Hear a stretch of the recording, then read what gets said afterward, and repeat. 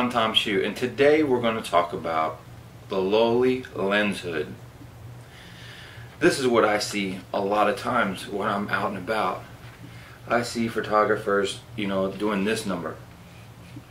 You see that lens hood? This lens hood, this is a valuable piece of gear. It's so valuable, in fact, Canon makes you pay extra for it unless you buy an L lens. To me, it's completely ridiculous that you could spend, upwards $500 or $600 on a non-L lens, and they don't send you a hood. And believe it or not, these things can go for $60 and $70. Companies like Olympus and Pentax, even some Nikon lenses, they come with a lens hood. I don't get it. Sigma comes with a lens hood.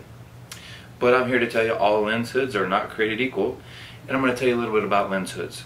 First of all, whenever I'm walking around and I see somebody has their lens hood backwards, I make it a point not to be a jerk, but to walk up to them and give them a couple of tips about lens hoods. First of all, it's the cheapest protection that you can ever make. It's the cheapest protection you could ever buy, I should say. With this turned on the correct way, you can't bump into things when you're getting close, especially if I have a macro lens. I'm not going to just walk into a wall and damage my front element. A lot of people put those filters on their lens, and if you have an expensive lens and a lot of people put cheap filters on. I see these like 85 1.2 lenses with a filter on it, and it's like a Tiffin filter. It's not a B&W, it's not a Helipan, it's not a Stingray, it's a Tiffin on a $2,000 lens. You've just rendered that optic to the quality, similarly, of that glass filter, okay? I don't use filters, okay? Now, I should say that, let me correct that. I don't use filters for UV protection or front element protection. I use lens hoods for front element protection, okay? If I need to use a filter, I'm going to use an ND filter, which is a neutral density filter, to knock down ambient, or I'm going to use a circular polarizer. Maybe I want to cut through reflections, or I want to, make the sky more blue, something like that.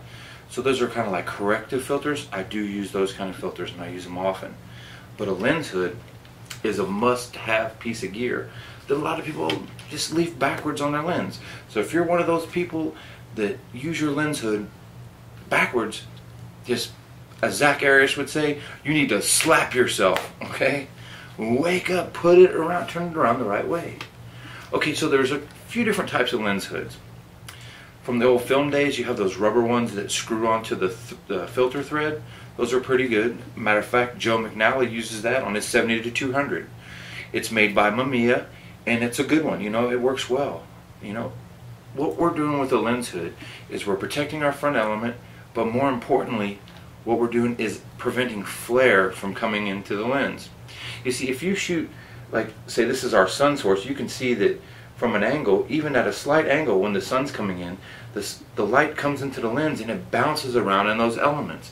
And when that light bounces around, it's causing diffusion. Actually, it's a diffraction and diffusion.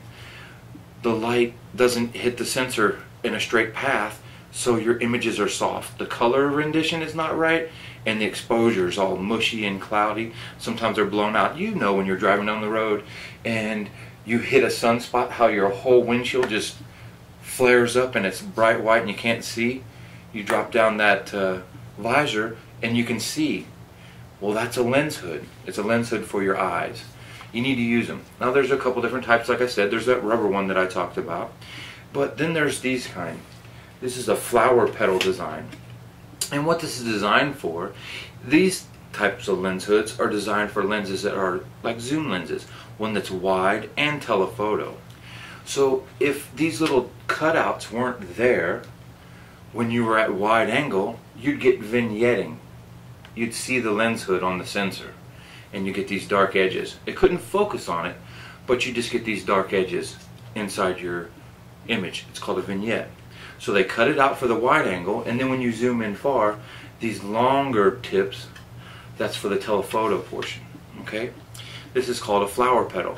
Also, if you look closely at, let me grab this one here. If you look closely at some of the good hoods, like the ones from Canon, they make some really nice lens hood. There's a felt wrapped around on the inside there. It's not really wrapped, it's kind of a treatment, but it's felt, and that keeps the light, it absorbs it, okay? It keeps the light from bouncing into your lens when it hits it, okay? There's another kind of lens hood that is like this one. It's felted, except this is for a prime lens. It's not cut out with the tulip shapes, and it's just designed to protect light from coming in on the angles for a given focal length. Focal length isn't about magnification, it's about field of view. So, you know, when you see in your peripheral vision, that's your field of view, okay? So depending on your field of view would determine how much lens hood you could have. There are some zoom lenses that use this type of hood, which is just a straight hood. It does not a tulip, like a 70 to 200, for example. Okay, they've found out that the field of view at 70 millimeters and the protection at 200 millimeter needs a hood that's this thick, whereas a 50 millimeter prime, it needs a hood this thick. Again, it's the field of view. Okay. Some manufacturers that send lens hoods out, like with the Sigma lenses, I don't know about their higher end lenses, they're just a plastic hood and they don't have that felt treatment.